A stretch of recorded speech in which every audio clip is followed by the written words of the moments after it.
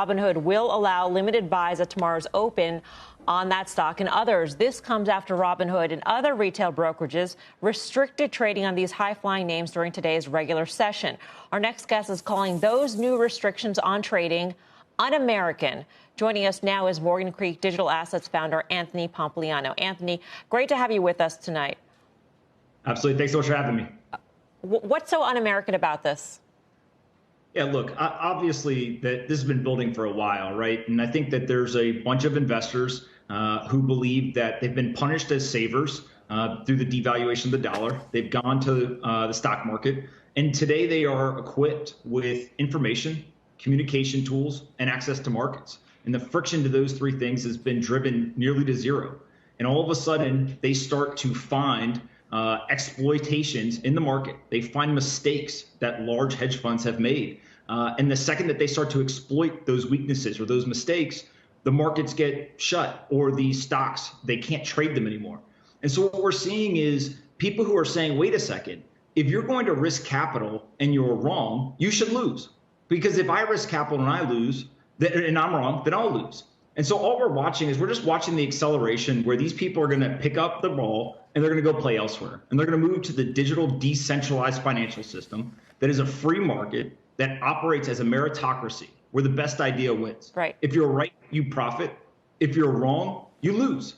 There's no bailouts. There's no circuit breakers. There's no hours of operations. There's no one to call to halt the trading of a stock.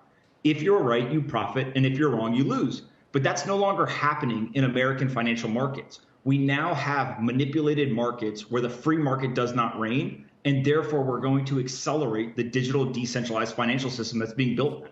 There is an undercurrent in this chat board. I'm not sure if you have gone on Wall Street Bets yourself, Anthony, but there are certainly a number of people who are on this forum who say they were burned by the financial crisis. And we have one open letter to CNBC, and there are numerous letters to CNBC saying it's not just Wall Street Bets, but every person affected by the '08 crash that's now paying attention to GameStop are going to remember how you stuck up for firms that ruined so many of us and tried to tear down the little guys. And of course, remember also back to the crisis, it was the big Wall Street firms that got bailed out and not so much the small investors. There is that undercurrent there.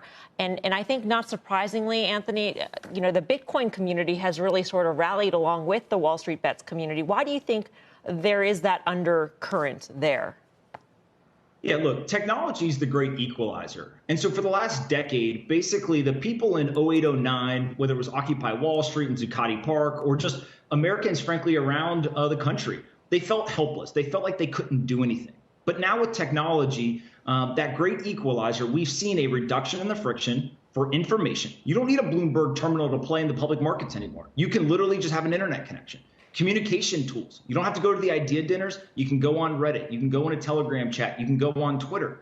And then access to markets. I no longer need a traditional brokerage account. I can simply go on a Robinhood or some other peer or competitors of theirs. And so when the friction comes down for information, communication, and access, what you see is a level playing field. And so just like people will defend short sellers, and they will say short sellers are part of a healthy market, they will make the claim that we need short sellers in order to have that efficient market, to be a check on the bulls and on the longs. Well, we need retail investors to be a check on Wall Street. And if we go back in history, retail was right about Bitcoin, retail was right about Tesla, retail was right about GameStop. And so maybe we should start to think that retail isn't as stupid as everyone on Wall Street thinks they are. They've actually been more right than people give them credit for. And so I think whether it's Wall Street Bets, it's people on Twitter, or it's just a random person that has an internet connection and wants to trade stocks, open up the markets, allow the free market to reign. And if the hedge funds are scared of competing against retail in the free market, that tells you everything you need to know. Just open the markets and let them compete. Right. And it is the retail investor who found a way in the system to engineer the short squeeze that brought a major hedge fund to its knees. I just want to make that point, Anthony, before Dan asks his question. Dan? So, hey, Anthony, we saw this frenzy, retail interest in crypto, obviously Bitcoin. This was in 2017. Coinbase was that on-ramp. Obviously you talk about crypto as this amazing, decentralized opportunity for the everyday investor to kind of get a piece of what the future should look like, or at least the financial future. But at the time, Coinbase had its share of problems, right? Operationally, that's a very centralized network in a way. So now fast forward to this, and see what we're going on, with Robinhood in a way. I agree with you. I think the people should be allowed to trade, but there's also there's bandwidth issues, right? And there's regulatory issues, and they seem very similar to me. I'm just curious if you can draw any comparisons to what we saw a few years ago in that retail craze and what we're seeing now in the stock market. Yeah, look, I think what was happening in 2017 was absolutely bandwidth issues, right? The actual technology products couldn't handle the surges in new signups and in trading kind of volume. What we saw today was not that. What we saw today was a specific move by a platform to stop allowing trading. That would have been like Coinbase saying, hey, you can come on our platform, but you can't trade Bitcoin. You can trade everything else, right? They didn't shut down the platform. They shut down specific assets. And so again, I just go back to what we are seeing is an entire generation of young people that have an internet connection, and they are saying the system is rigged against me. The system does not want me to win. And so what they are going to do is they're going to pick up and they are going to move to a digital decentralized platform.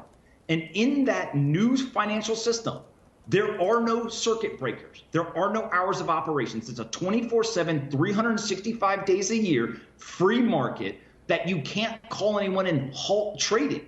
You can't sit and say, oh, wait a second, we fear that rich people aren't going to be as rich tomorrow, and so therefore we should address the problem. It's a free market, and that's what true capitalism is. And what we're watching in the American financial system markets is not capitalism. And there's a big, big portion of the population that wants a capitalistic free market, and they're going to go find it, and they're going to find it in the digital decentralized world.